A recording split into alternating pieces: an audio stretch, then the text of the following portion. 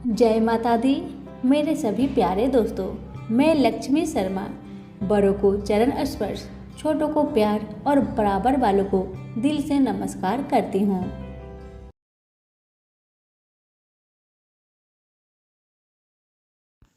प्रेम से बोलिए पवन सुत हनुमान की जय।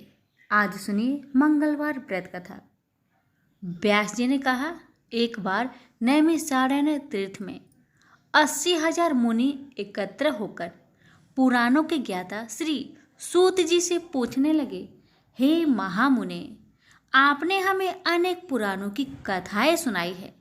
अब कृपा करके हमें ऐसा व्रत और कथा बताए जिसके करने से संतान की प्राप्ति हो तथा मनुष्य को रोग शोक अग्नि स्वर्ग दुख आदि का भय दूर हो जाए, क्योंकि कलयुग में सभी जीवों की आयु बहुत कम है।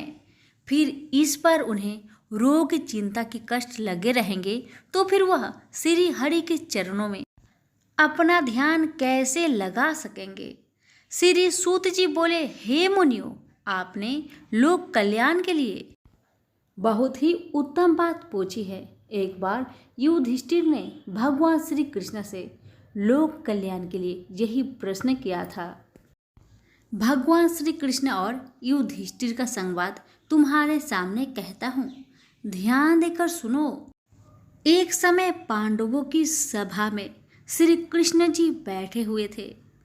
तब युधिष्ठिर ने भगवान श्री कृष्ण से प्रश्न किया, हे प्रभु नंद नंदन गोविंद, आपने मेरे लिए अनेकों कथाएं सुनाई है। आज आप कृपा करके ऐसा व्रत या कथा सुनाएं जिसके करने से मनुष्य को रोग चिंता का भय समाप्त हो और उसको पुत्र की प्राप्ति हो। हे प्रभु, बिना पुत्र के जीवन व्यर्थ है। पुत्र के बिना मनुष्य नरकगामी होता है। पुत्र के बिना मनुष्य प्रीत ऋण से छुटकारा नहीं पा सकता और ना ही उसका पुण्य नामक नरक से उद्धार हो सकता है। अतः पुत्रदायक व्रत बतलाए। श्री कृष्ण भगवान बोले, हे राजन, मैं एक प्राचीन इतिहास सुनाता हूँ, आप उसे ध्यान पूर्वक सुनो। कुंडलपुर नामक एक नगर था। उसमें नंदा नामक एक ब्राह्मण रहता था। भगवान की कृपा से उसके पास सब कुछ था, फिर भी वह दुखी था। इसका कारण यह था कि ब्राह्मण की स्त्री सुनंदा के कोई संतान न थी। सुनंदा पतिव्रता थी, भक्ति पूर्वक श्री हनुमान जी की आराधना करती थी।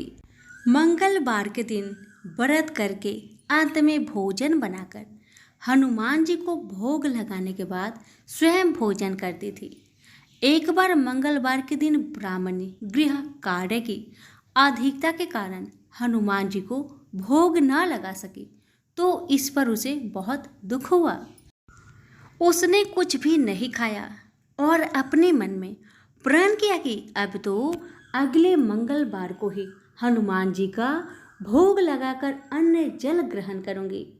ब्राह्मणी सुनंदा प्रतिदिन भोजन बनाती, श्रद्धापूर्वक पति को खिलाती, परंतु स्वयं भोजन नहीं करती और मन ही मन श्री हनुमान जी की आराधना करती थी।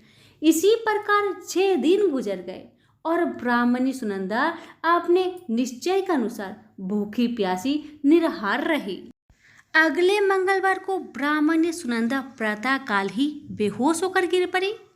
ब्राह्मणी सुनंदा की इस असीम भक्ति के प्रभाव से श्री हनुमान जी बहुत प्रसन्न हुए और प्रकट होकर बोले, सुनंदा, मैं तेरी भक्ति से बहुत प्रसन्न हूँ, तो उठ और वर मांग।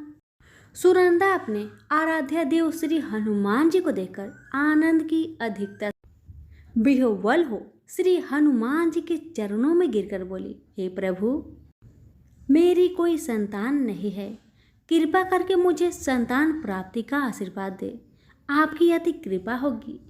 श्री महावीर जी बोले, तेरी इच्छा पूर्ण होगी, तेरे एक कन्या पैदा होगी, उसके अष्टांग प्रतिदिन सोना दिया करेंगे। इस प्रकार कहा। श्री महावीर जी अंतर ध्यान हो गए। ब्राह्मणी सुनंदा बहुत हर्षित हुई और सभी समाचार अपने पति से कहा। ब्राह्मण देव कन्या का वरदान सुनकर कुछ दुखी हुए, परंतु सोना मिलने की बात सुनी तो बहुत प्रसन्न हुए।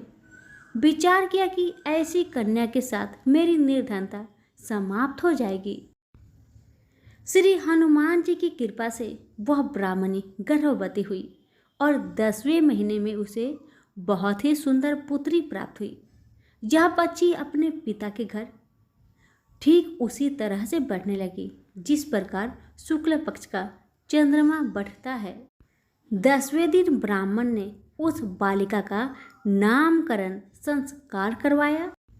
उसके कुल पुरोहित ने उस बालिका का नाम रत्नावली रखा, क्योंकि यह कन्या सोना प्रदान किया करती थी।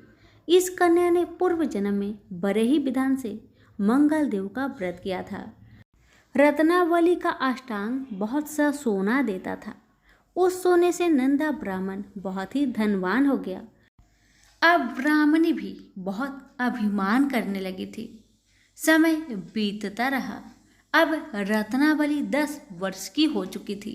एक दिन जब नंदा ब्राह्मण प्रसन्न चित्त था, तब सुनंदा ने अपने पति से कहा, मेरी पुत्री रत्नावली विवाह की योग हो गई है, अतः आप कोई सुंदर तथा योग वर देखकर इसका विवाह कर दे। जा सुन ब्राह्मण बोला, अभी तो रत्नावली बहुत छोटी है।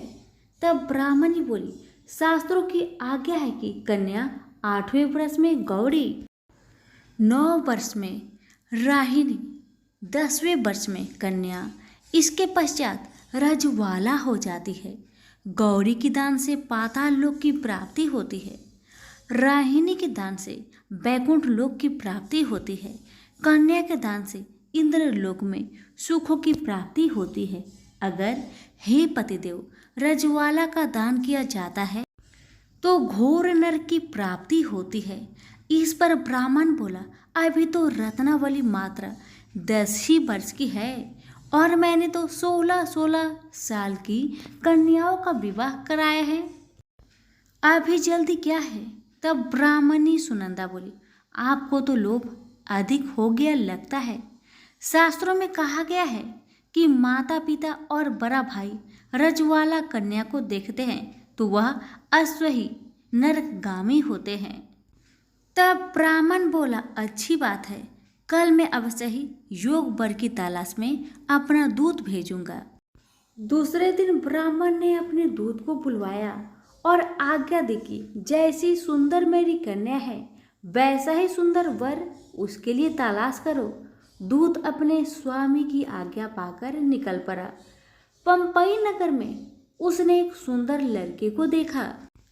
यह बालक एक ब्राह्मण परिवार का बहुत गुणवान पुत्र था। इसका नाम सोमेश्वर था। दूत ने इस सुंदर व गुणवान ब्राह्मण पुत्र के बारे में अपने स्वामी को पूर्ण विवरण दिया। ब्राह्मण नंदा को भी सोमेश्वर अच्छा लगा और फिर शुभ मुहूर्त में विधि पूर्वक कन्यादान करके ब्राह्मण ब्राह्मणी संतुष्ट हुए। परंतु ब्राह्मण के मन में तो लोभ समाया हुआ था।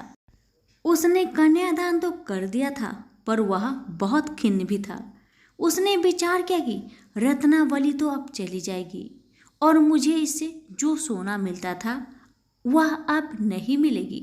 मेरे पास जो धन था कुछ तो इसके विवाह में खर्च हो गया और जो शेष बचा है वह भी कुछ दिनों पश्चात समाप्त हो जाएगी। मैंने तो इसका विवाह करके बहुत बड़ी भूल कर दी है।